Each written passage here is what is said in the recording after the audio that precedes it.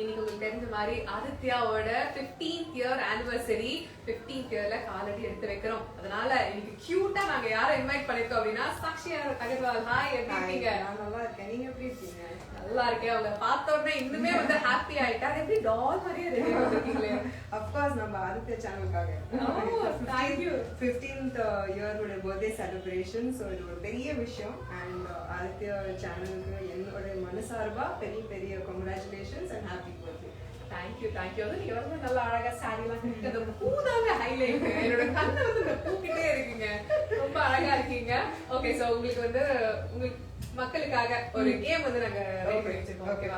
அது என்ன லைனா உங்ககிட்ட சில क्वेश्चंस எல்லாம் கேட்போம். அந்த क्वेश्चन கேட்ட மாதிரி நீங்க ஒரு காமெடி டயலாக் வந்து சிங் பண்ணனும். உங்க லைஃப் ரிலேட்டடா. ஓகே.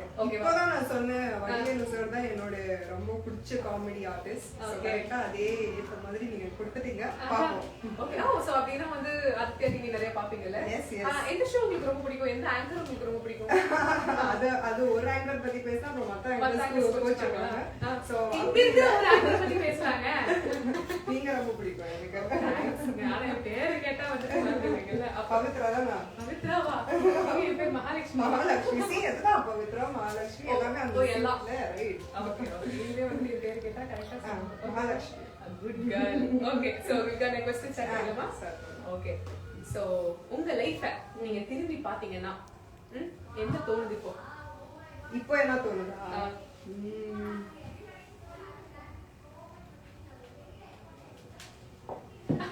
சகல என் அடிய பார்த்தது இல்லையே, என்ன அடின்னு மட்டும் பாருங்க. ஓகே, சோ ஃபியூச்சர்ல இன்னும் நிறைய இருக்கோ. ஆமா. ஓகே, நெக்ஸ்ட் உங்க சொத்து மதிப்பு ஒரு 5000 கோடி இருக்குன்னு கேள்விப்பட்டிருக்கேன். ஐயோ, how I wish. அதுக்கு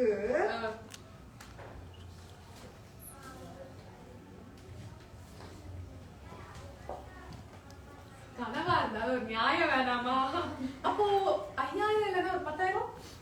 அதுக்கும் இதுதான். சரிங்க, ஒரு 500? அதுவும் இதுதான். அதெல்லாம் டிஸ்கஸ் பண்ண முடியாது. சரி, ஓகே, நான் சொத்து மதிப்பு பத்தி கேட்கலப்பா. நீங்க ஒரு நாள் கால் ஷீட்க்கு வந்து நீங்க ஒரு 70 crores வாங்குறீங்கன்னு கேள்விப்பட்டோம். வாவ். ஓகே, இதுக்கு என்ன பதில்?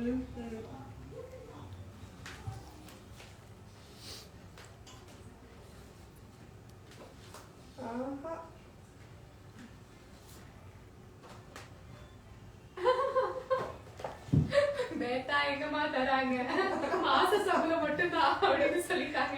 பட் அது சிங்க் பண்ணிக்கலாம் நம்ம. பேசிக்கலி எங்க ஒரு நாள் இவ்ளோ எங்க குடுக்குறாங்க, ஏதோ ஒண்ணு குடுக்குறாங்க அவ்வளவுதான். ஓகே, அங்கேயாச்சும் குடுக்குறாங்க. நான் வந்து சொல்லலப்பா. ஓகே, நெக்ஸ்ட் என்ன அப்படின்னா இன்னொரு விஷயமும் கேள்விப்பட்டோம். அதாவது தளபதி 67ல நீங்க ஒரு பெரிய முக்கியமான ரோல் பண்றீங்க அப்படின்னு கேள்விப்பட்டோம். How I wish. இருங்க, இதுக்கு நான் ஒரு கரெக்டான பதில் கொடுக்குறேன். ஓகே.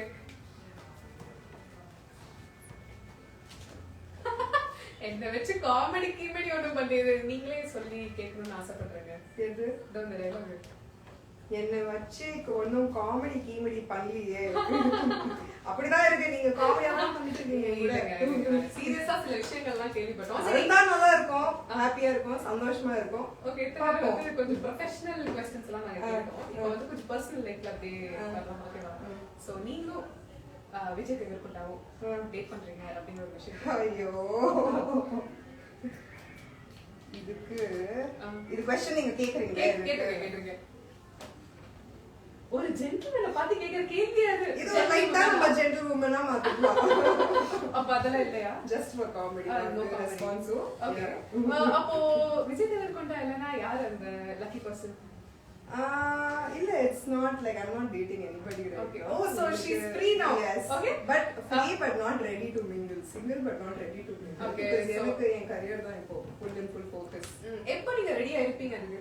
அது நடக்கும்ங்க. அதெல்லாம் டைம் பொறுத்த வரைக்கும் தான். இப்போ நடக்கல, இப்போ எப்போ நடக்கும்னு தெரியாதுல்ல. அது மைண்ட் செட் வரணும், தானாவே வரணும். மேபி உங்களுக்கு பிடிச்ச ஏதாவது பையனை பார்த்தா மேபி இந்த குவாலிஃபிகேஷன்ஸ் எல்லாம் என்னென்ன? குவாலிஃபிகேஷன்ஸா? சீரியஸாவா?